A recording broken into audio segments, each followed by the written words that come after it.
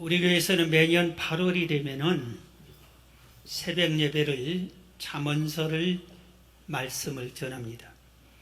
잠언서가 31장까지 있고 또 8월도 31일까지 있어서 그 날짜에 맞는 장을 새벽마다 전하기를 10년 가까이 계속 하고 있습니다.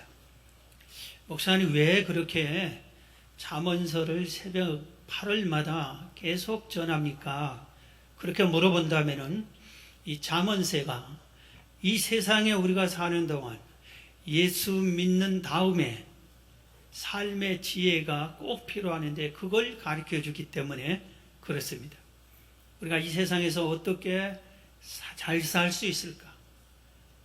세상적인 말로 성공적으로 내가 보람되게 이렇게 살 수 있을까? 남부럽지 않게 살 수 있을까? 하는데 아주 필요한 지혜를 가르쳐 주기 때문에 그렇습니다. 오늘 이 잠언 1장의 그 가치를, 지혜의 가치를 내가 해야 할 만한 그런 것을 증명해 주는 이런 말씀이 있습니다. 잠언 1장 1절부터 보겠습니다.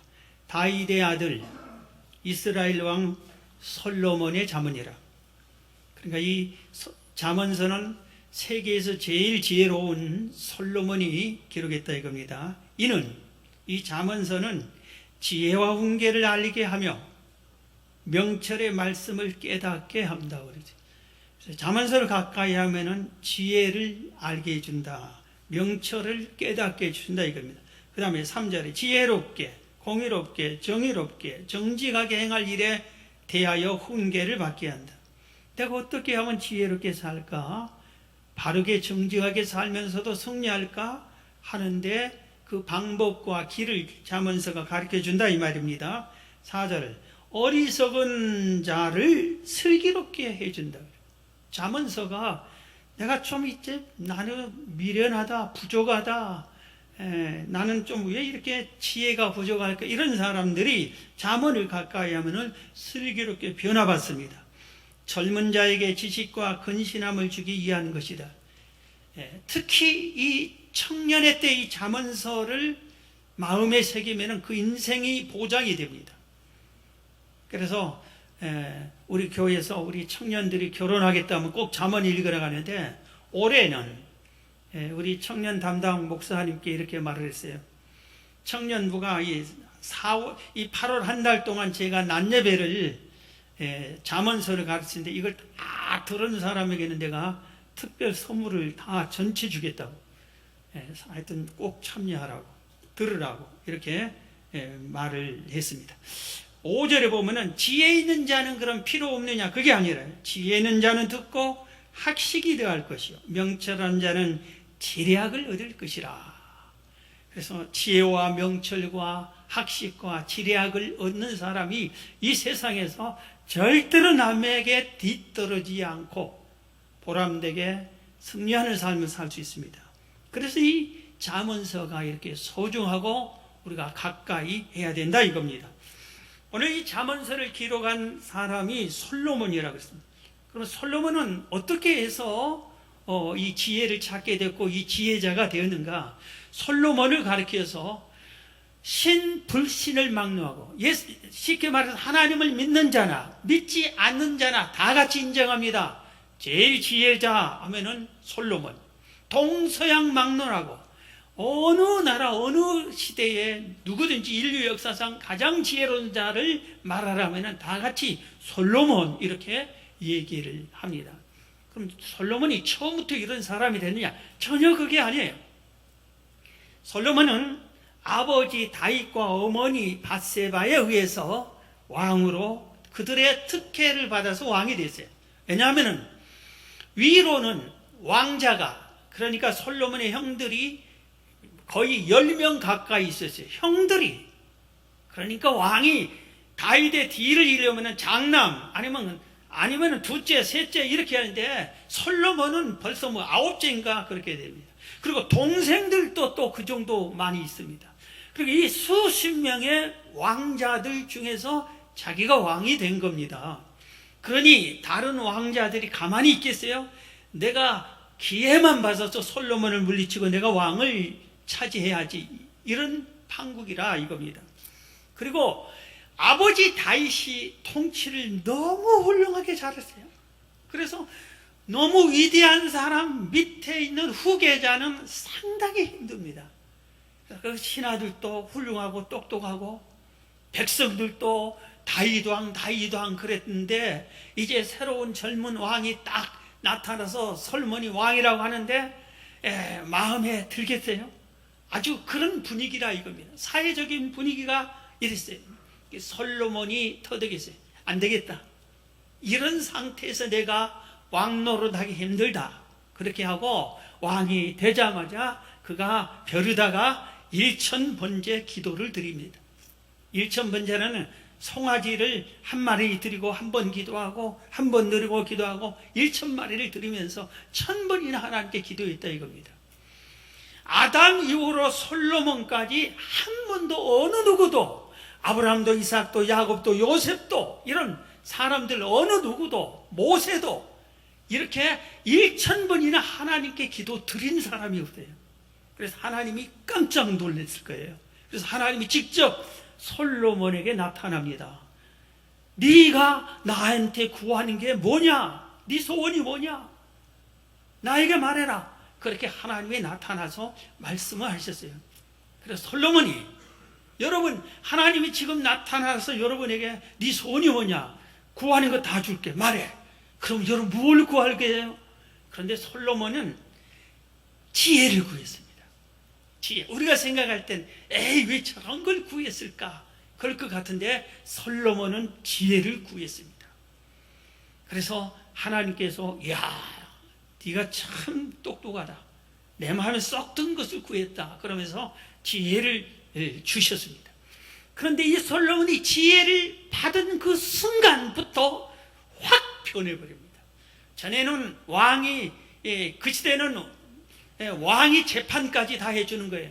중요한 재판은 왕이 다 해주는 거예요. 솔로몬이 재판을 하는데 이긴 쪽에서도 솔로몬에게 불만을 갖고 진 쪽에서도 솔로몬은 불만을 갖고, 이런데 솔로몬이 그 다음부터 지혜를 얻은 다음에 지혜롭게 재판을 딱 해주면은 꼼짝없이 그대로 되는 겁니다. 모든 사람들이 감탄을 하는 겁니다. 그리고 나라를 이끌어가는데 너무 지혜롭게 잘 이끌어가지고 그 노숙하고 아주 경험 많은 신하들을, 다윗 왕 때부터 있는 신하들을 잘 이끌어갑니다. 그리고 나라를 잘 통치합니다. 모든 백성들이 다윗 시대처럼 솔로몬에게 머리를 숙이고 솔로몬을 왕으로, 위대한 왕으로 이렇게 추앙을 하게 되는 것입니다. 왜 이렇게 변했을까? 지혜를 얻은 순간부터. 지혜를 얻은 순간이에요.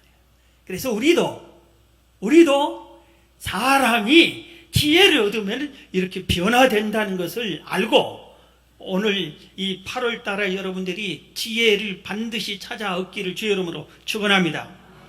오늘 이 첫 시간에 지혜의 가치에 대해서 주로 말씀을 하겠습니다. 지혜가 도대체 왜 그렇게 지혜가 소중하고 지혜가 귀한 것이냐 이겁니다. 첫 번째, 진주보다 귀하다. 지혜가 진주보다 귀하다. 이 세상에서 여러분 제일로 귀한 것이 뭐라고 생각하세요? 제일로 귀한 것이 뭐예요? 대개 보석에 비교해서 보석 중에 제일 좋은 보석이 이거다, 이걸 제일 귀하게 여기는데, 보물, 보석 이런 것을 귀하게 여기는데, 성경은 보물, 보석 중에 진주보다 귀하다고 그랬어요. 오늘 본문 봅니다. 잠언 3장 13절에 지혜를 얻은 자와 명철을 얻은 자는 복이 있나니. 네 인생 복되고 싶으냐? 지혜를 얻어라. 지혜를 얻은 자는 다 복을 얻는다 이겁니다. 이는 지혜를 얻는 것이 은을 얻는 것보다 낫고 그 이익이 정금보다 나으니라. 지혜는 진주보다 귀하니, 진주보다 귀하니 내가 사모하는 모든 것으로도 이에 비교할 수 없도다. 지혜는 진주보다 귀하다 했어요. 여러분, 지혜는 진주보다 귀하다 하면 에이 그럴 줄 몰라요. 저도 그렇게 생각이 돼요. 수년 전에 우리 이 동네 상계지역 목사님들하고 베트남 다낭을 가는데 거기는 사방천지가 진주 판매하는 곳이더라고요. 진주가 얼마나 많은지 몰라요. 그래서 전 우리는 진주하면은 고급으로 생각했는데 거기서 생각이 제가 확 바뀌었어요. 진주 알이 이렇게 큰 알이 알알이 박힌 이렇게 아주 수십 개가 박힌 이 진주 목걸이가 우리 돈으로 딱 5만 원, 6만 원 이렇게. 그래서 내가 아주 선심 쓰듯이 제 아내에게 딱 사줬습니다. 진주 목걸이 책을. 그런데 저는 수백만 원, 수천만 원 하는데 5만 원, 6만 원밖에. 왜냐하면은 대량 생산을 해. 양식증 대량 생산해. 너무 흔해졌어요. 너무 많아. 그러니까 싸다 이겁니다. 그런데 오늘 이 잠언서를 기록했을 때 이 진주는 모든 보석 중에 가장 귀한 게 진주로 여긴 때였어요. 그래서 진주보다 귀하다는 것은 보석 중에 제일 귀한 것이 뭐냐? 다이아몬드냐? 그거보다 귀한 게 지혜다 이 말입니다. 지혜가 이렇게 귀한 것입니다. 여러분, 세상 사람들은 높은 권력이나 많은 부나 이렇게 좋은 것을 가지고 있으면은 사람들이 귀하게 대접을 해주려고 그럽니다. 제가 들은 얘기인데 어떤 평범한 아주머니가 고급 명품점을 지나가다가 너무나 옷이 좋아서 그 구경을 했어요. 그래서 하나 딱 보고 이게 얼마냐고 물어봤더니 종업원이 손님은 살 수 없을 텐데요. 그랬어요.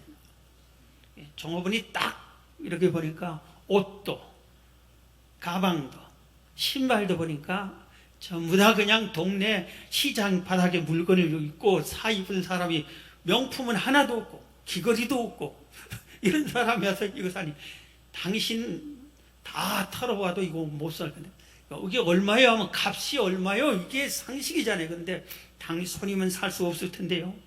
그래서 망신을 당했다고 그래요.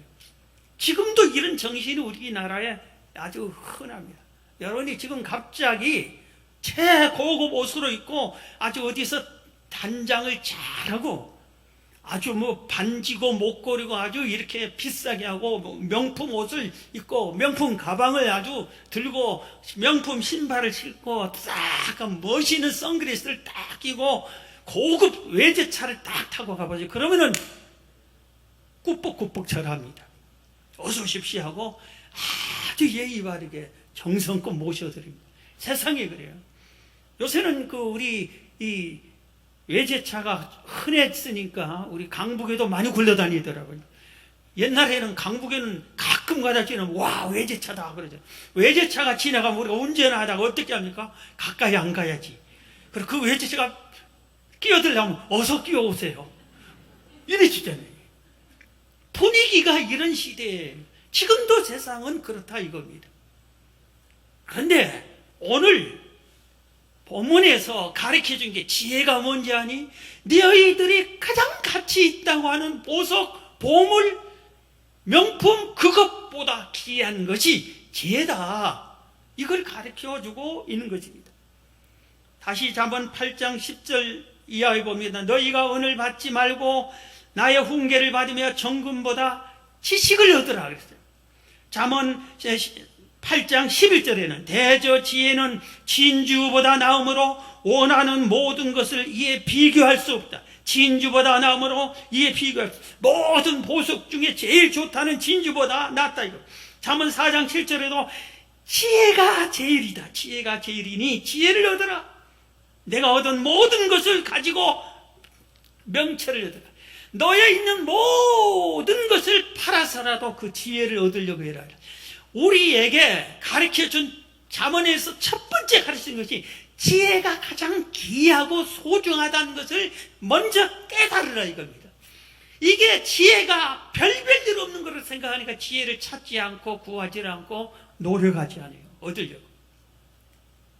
우리는 돈이 제일로 귀한 걸 여기니까 돈을 찾으려고, 돈을 벌려고, 돈을 모으려고 힘쓰고 애쓰고 노력하고 이건 하는데 성경은 지혜가 제일 귀한 거야. 지혜가 가치로 따지면 1이다. 제1이다.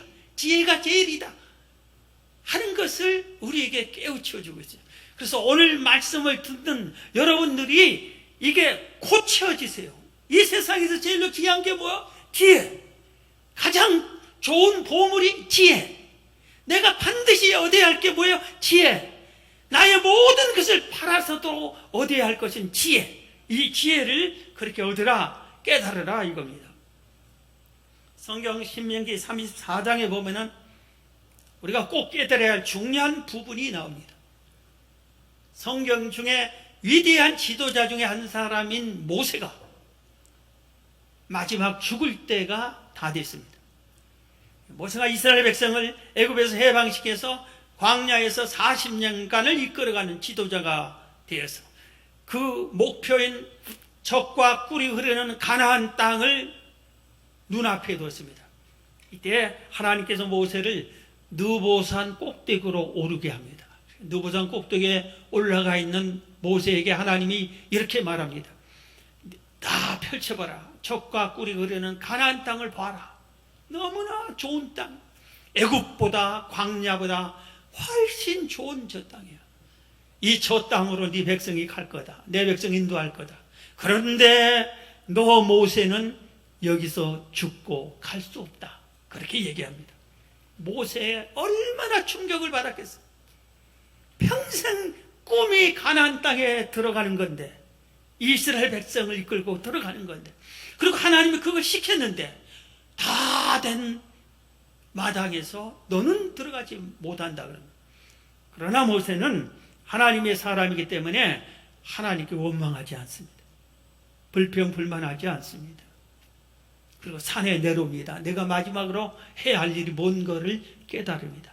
내 뒤를 이어서 이스라엘 백성을 이제 가나안 땅으로 이끌어갈 그 지도자에게, 바로 여호수아에게 하나님께 기도해서 새로운 지도자 여호수아에게 지혜를 달라고 기도해 줍니다. 신명기 34장 9절에 있는 말씀이 그 말씀입니다. 모세가 눈의 아들 여호수아에게 안수하였으므로 그에게 지혜의 영이 충만하니 이스라엘 자손이 여호와께서 모세에게 명령하신 대로 여호수아의 말을 순종하였더라. 모세는 너무나 큰 지도자였어요. 온 백성이 홍해를 쫙 갈라준 사람이 모세. 반석에서 생수가 나게 한 사람이 모세였어요. 그러니 모세를 신과 같이 생각하잖아요. 그런데 이 모세가 이제 죽게 했어요. 그리고 후계자는 여호수아는 모세의 비서였어요. 이 비서가 모세처럼 존경이 안 가잖아요, 백성들이. 그러냐, 모세가 그걸 알고 자기가 평생 하나님과 동행하면서 깨달은 게 지혜가 있어야 된다는 것을 깨달았어요. 그래서 하나님 여호수아에게 나를 생명을 거둬가기 전에, 나는 이제 끝났지만 여호수아에게 지혜를 주세요. 지혜를 주세요 하고 안수 기도를 해주니까 하나님이 모세의 기도를 듣고 여호수아에게 지혜를 주셨어요. 그래서 여호수아가 비록 모세의 비서여 시정에 불과했지만 지혜를 얻으니까 모세와 똑같은 지도자의 반열에 서게 된 겁니다. 백성들이 모세에게 복종하는 것처럼 여호수아에게도 복종을 하더라 이겁니다. 지혜가 있기 때문에 그런 겁니다. 사랑하는 성도 여러분, 우리가 자녀들을 양육할 때 공부해라, 공부해라, 공부해라, 정말 그렇게 가르칩니다. 그리고 좋은 대학 들어가야 한다, 좋은 대학 들어가야 한다, 그렇게 가르칩니다. 그런데 여러분, 공부하라고 하는 거 해야죠, 부모니까. 그런데 그보다 더 힘써서 강요할 것이면 자녀에게 지혜를 찾아라. 지혜를 찾아라. 하나님 내 자녀에게 지혜를 주세요. 지혜를 주세요. 하나님 내 자녀에게 서울대학 합격하게 해주세요. 이 기도보다 지혜를 주세요. 지혜를 주세요. 이렇게 말할 때 하나님은 그 기도를 듣고 자녀에게 지혜를 주면 이 자녀의 앞길은 하나님이 책임져 주고 그의 길을 축복해 줄 줄로 믿습니다. 여러분, 인생이 왜 이렇게 내 앞길에 인생이 이러냐? 그런 사람 지혜를 구해서, 오늘 머리에서 어리석은 자를 슬기롭게 해준 게 지혜라고 그랬죠. 잠언서라고 그랬죠.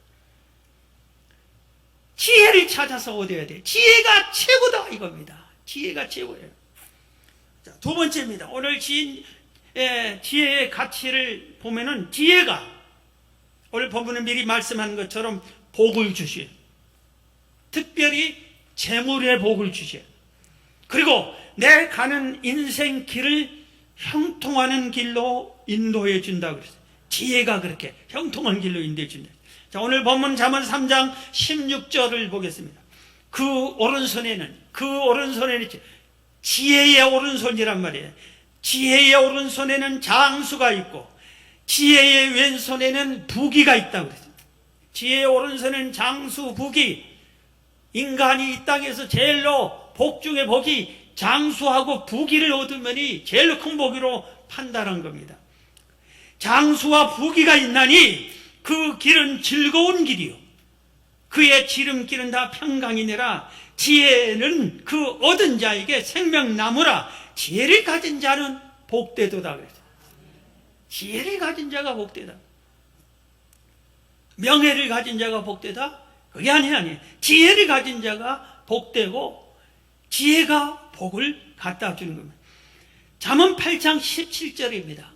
잠언 8장 17절 이하의 말씀은 나를 사랑하는 자들이, 지혜가 하는 말이, 그 앞에 지혜가 하는 말이에요. 나 지혜를 사랑하는 자들이 나 지혜의 사랑을 입으며 나 지혜를 간절히 찾는 자가 나 지혜를 만날 것이니라. 부귀가 내게 있고 나 지혜에게 있고 부귀가 장구한 재물과 공의도 그러하니라. 장구한 재물과 공의도 지혜에게 있다 이 말이에요. 내 열매는 금이나 정금보다 나으며 내 소득은 순은보다 나으니라. 나는 정의로운 길로 행하며 공의로운 길 가운데로 다니나니 이는 나를 사랑하는 자가, 지혜를 사랑하는 자가 재물을 얻어서 그 곳간에 채우게 하려 함이니라 그랬어요. 여러분, 지혜의 오른손 왼손에 장수와 부귀가 있고 지혜가 재물을 갖다 준대요.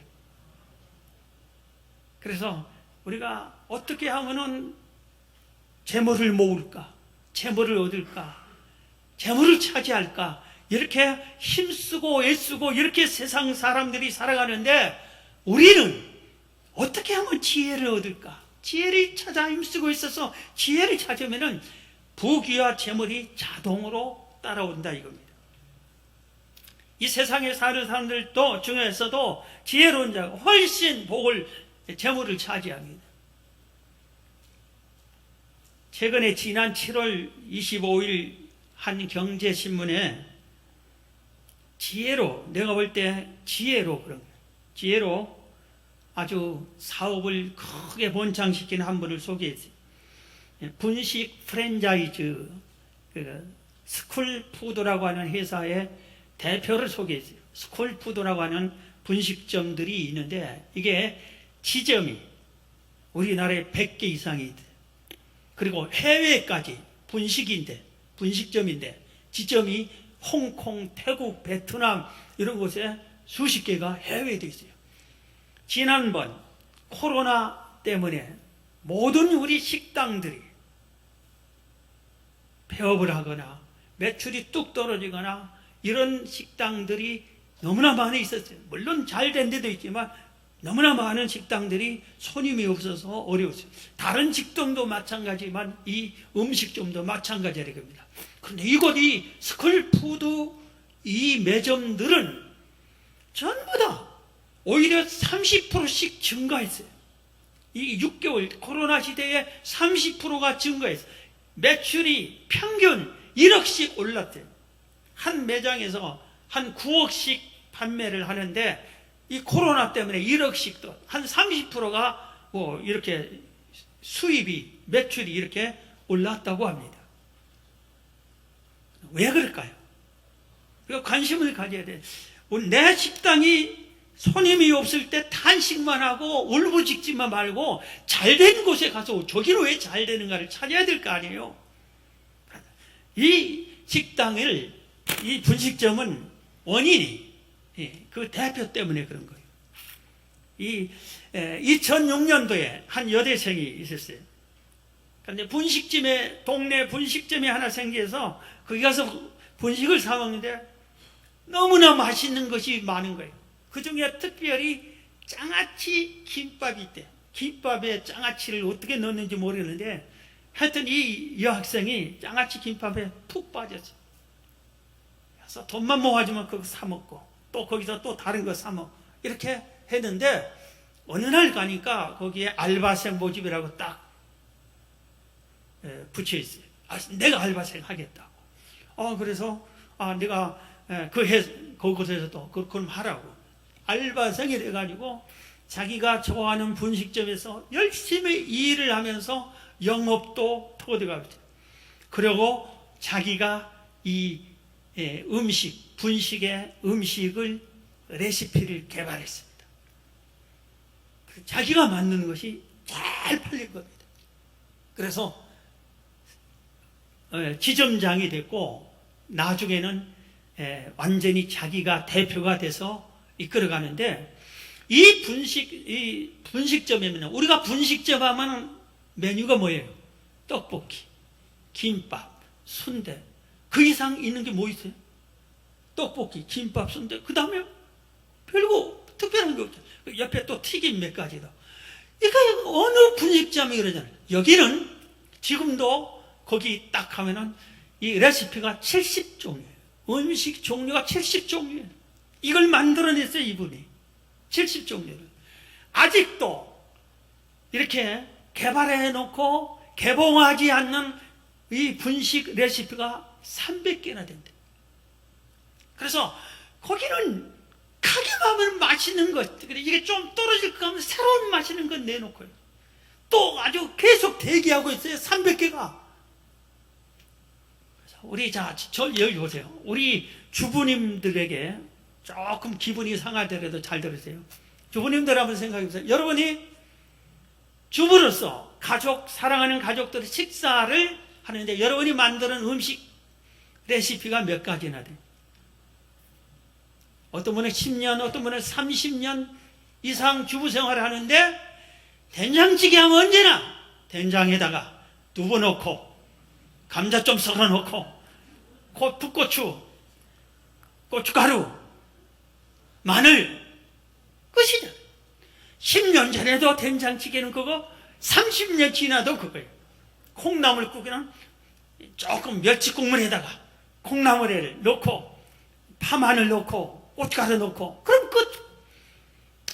이걸 똑같은 음식 10년 전이나 30년 전이나 똑같이 이렇게 하잖아요. 그런데 이양열 대표는 개발한 겁니다.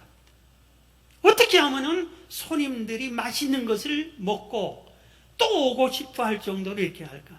그리고 자기가 개발해서 어떻게 하면 내 입에 맞을까?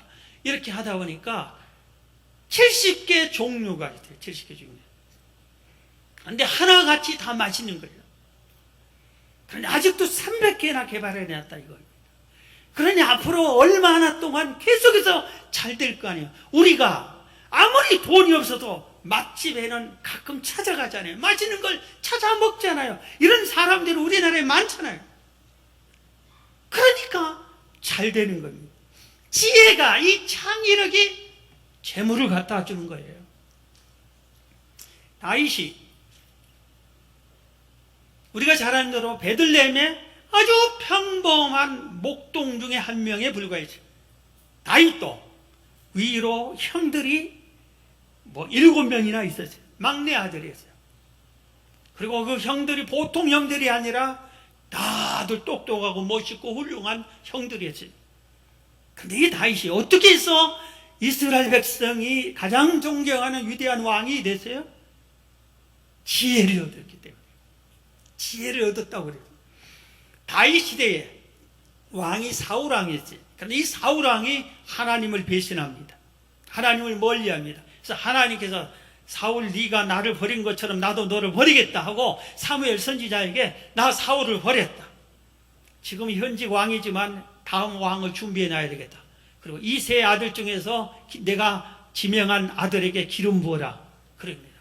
그리고 와서 사무엘이 가서 이 세 아들 중에서 다윗을 찾아가지고 거기다 기름 부어 줍니다. 그게 사무엘상 16장 18절입니다. 거기에 보면 사무엘이 기름 뿔병을 가져다가 그의 형제 중에서 그에게 부었더니 이날 이후로 다윗이 여호와의 영에 크게 감동되니라. 여호와의 영에 크게 감동되니, 여호와의 영은 성령을 말하는데 성령을 다른 말로 지혜의 신이라고 그래요. 지혜의 신이 충만하더라. 이어지는 말씀 사무엘상 18장 14절에 보면 다윗이 그 모든 일을 지혜롭게 행하더라. 그 이전에는 지혜롭지 않은 평범한 목동이었는데 기름 부음보다 지혜의 영을 받은 후에 지혜가 충만해진 이후부터는 그 모든 일을 지혜롭게 행하니라. 그러면서 여호와께서 그와 함께 계시니,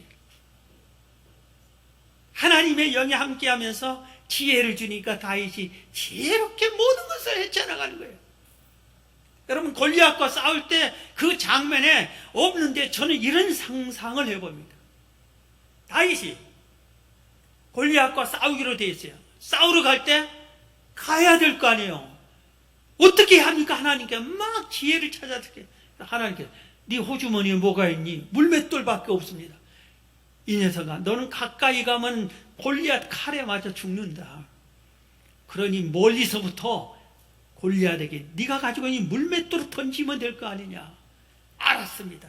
그리고 다윗이 가서 물맷돌 골리앗을 향해서 내가 너를 하나님의 이름으로 가서 멸할 것이다. 큰 소리 치고 갔어. 왜? 하나님이 벌써 지혜를 주었거든. 그러니까 이 물맷돌을 가서 큰 소리 치고 가서 물맷돌을 돌려서, 물맷돌을 그냥 서서 던지면은 힘이 약해. 뛰어가면서 가는 힘으로 해서 던지니까 세척에 가서 그 골리앗이 맞고 쓰러졌어요. 지혜로 한 겁니다. 수많은 전쟁터의 싸움을 다윗이 하나님이 주신 지혜로 전략을 짜서 승리한 겁니다.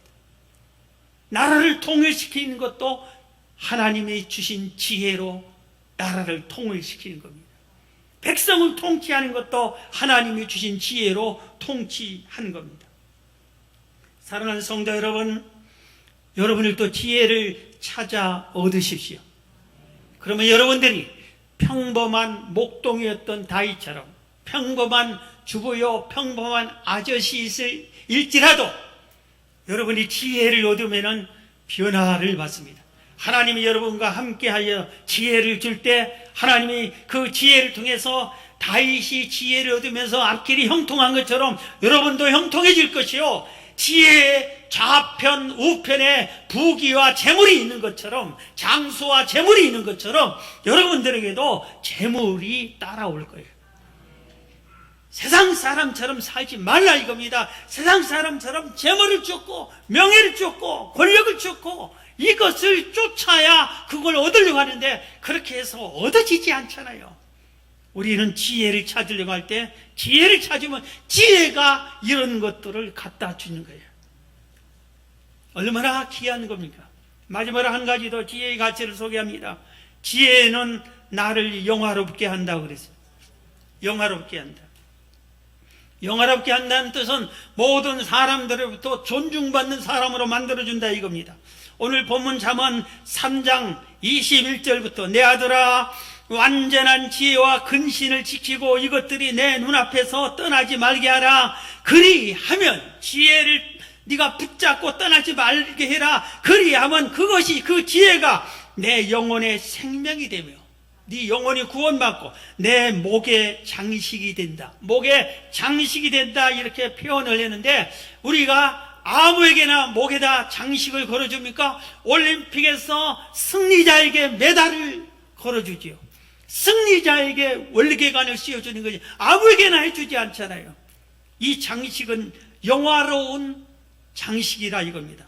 잠언 4장 7절 이하에도 지혜가 제일이니 지혜를 얻으라. 내가 얻는 모든 것을 가지고 명철을 얻을지니라 하면서 그를 높이라. 지혜를 높여라. 그리하면 그가, 지혜가 너를 높이 들리라. 만일 그를 품으면 그가 너를 영화롭게 하리라. 할렐루야. 9절도 그가 아름다운 관을 내 머리에 두겠고 영화로운 면류관을 내게 주리라. 지혜가 우리를 영화롭게 해준대.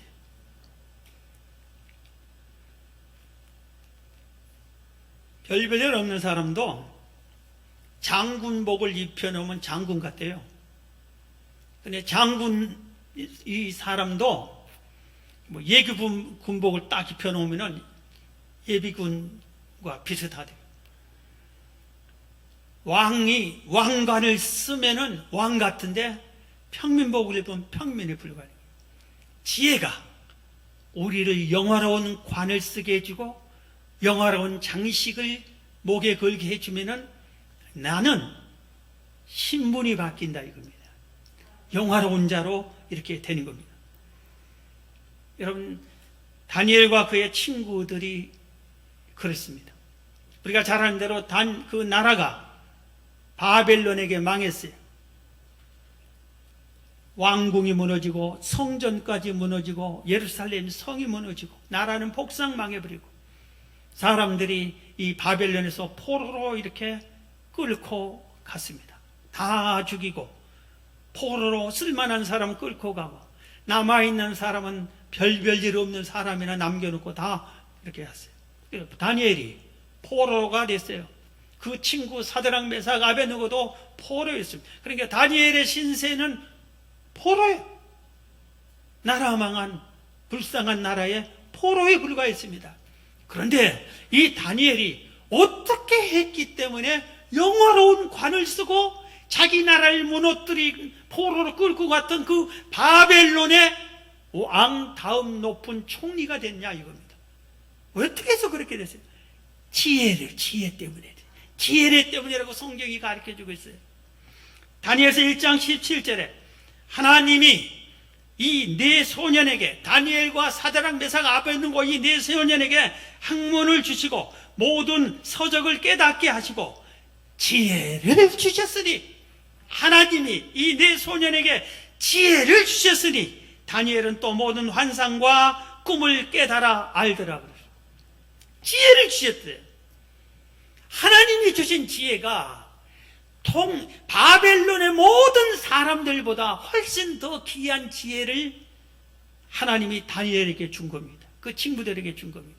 세상의 지혜보다 뛰어난 지혜를 이들에게 준 겁니다. 그러니까 그들을 다스리는 지도자로 변화된 겁니다. 오늘 성경이 얘기를 잘하는 대로 그 바벨론 왕의 느부갓네살 왕이 신기한 꿈을 꿨는데 이 꿈은 신이 계시한 꿈이란 것을 본인이 깨달았어요.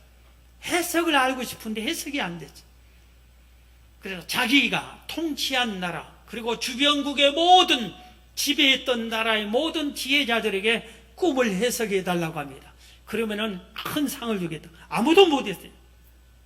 그냥 화가 났어요. 못하면 다 죽여버리겠다. 이때 다니엘이 내가 해주겠다고 나섰어요. 그리고 하나님께 기도해서 그 꿈을 알아내고 해석해 줍니다. 그래서 이 왕이 고백을 이렇게 합니다. 다니엘, 네가 믿는 신이 모든 신 중에 신이다. 네가 믿는 신이 최고의 신이다. 이렇게 고백을 합니다.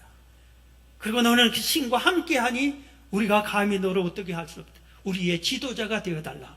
그러면서 그에게 반지를 끼워주고 총리가 되게 해준 겁니다. 그래서 하루아침에 포로가 그 나라에 공부를 마치고 말단 공무원이 했던 그가 하루아침에 가장 높은 자리에 앉아서 영광의 관을 쓰게 된 겁니다.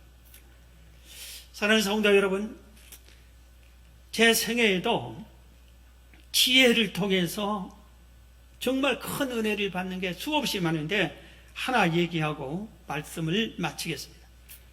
제가 신학교 1학년을 마치고 나니까 군대 오라고 영장이 왔어요. 그것도 방위로 오라고. 1학년 거의 마치고 1월 21일 날 방위 훈련을 받고 배치된 게 파출소 근무에서 파출소에 있는 예비군 총기를 관리하는 그 담당을 맡았습니다. 그런데 그 시대에는 방위가 1년하고 뭐 4개월인가 하여튼 14개월이 넘은 15개월 길었습니다. 그런데 제가 그때 내 형편이 선교단체로부터 장학금을 받았어요. 그래서 이 선교단체 한국 지부에서 나를 신학생, 장학생으로 대학 장학생 중에 한 명 내가 신학생 대표로 뽑혔어요. 그래서 계속해서 학자금이, 장학금이 매월 오는데 이걸 매월 주면 당신이 다 써버리니까 아쉬우니까 다 쓰니까 그러지 말고 모았다가 등록할 때 이걸 받아서 등록하라고. 그래서 그렇게 해왔습니다. 1년간 모아졌는데 학교를 안 가면은 내가 나중에 어떻게 되겠어요? 장학금이 끊기게 됐어요. 그런데 1년 군 생활을 하고 앞으로 5월 달까지 계속 근무를 해야 되겠어요. 그러면은 이게 다음 학기 학년을 계속 다닐 수가 없는 형편이 됐어요. 그래서 하나님께 기도하는 중에 선교단체에 가서 장학금을 받아가지고 아예 등록을 했습니다. 등록을 해놓고 기도하기 시작했어요. 이제 잘못하면 이 등록금도 없어지고 장학금 끊기고 내가 학교를 못 다니게 될 형편이니 길을 열려주세요 하는데 하나님이 퍼뜩 지혜를 주었어요. 그러면 편지를 쓰라. 그래서 파출소 근무하는 방위병을 관리하는 사람이 경찰서 경무과장이에요. 그래서 이 경찰서 경무과장하고 경찰서장하고 그 다음에 그 당시에 대통령 부인 유경수 여사가 세상을 떠났어요. 그 부인 아들, 딸, 그 박근혜가 영부인 할 텐데 박근혜하고 세 사람에게 편지를 보냈어요.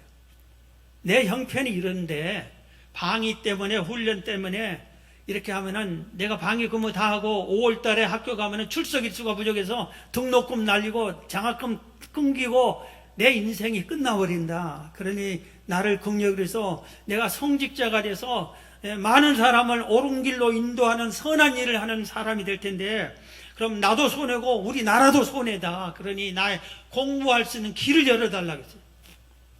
여러분, 군인이 어떻게 근무지를 떠나서 공부를 할 수 있겠어요? 그런데 기적이 나타났어요. 놀라운 역사가 나타났어요. 경찰서장이 전화했는지 과장이 전화했는지 모르는데 우리 소장, 파출소 소장에게 전화를 해가지고 그 신학생이라고 하는데 장학금 뭐 이렇게 하는데 봐줘라, 보내라, 이렇게 전화를 해줬지. 그래서 월요일날 파출소에 가서 인사하고 가서 신학교는 화요일부터 금요일까지 공부를 해요. 월요일날 안 해요.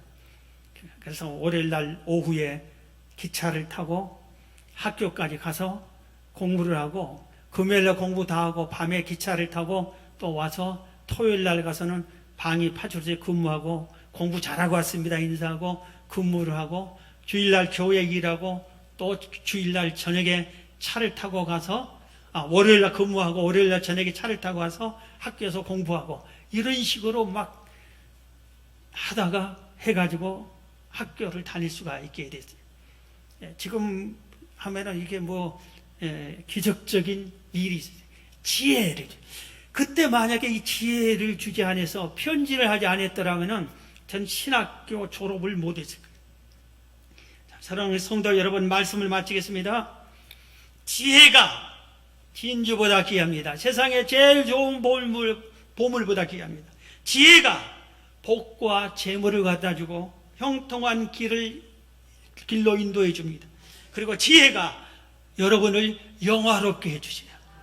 이 지혜를 꼭 차지하는 여러분 되길 주의 이름으로 축원합니다.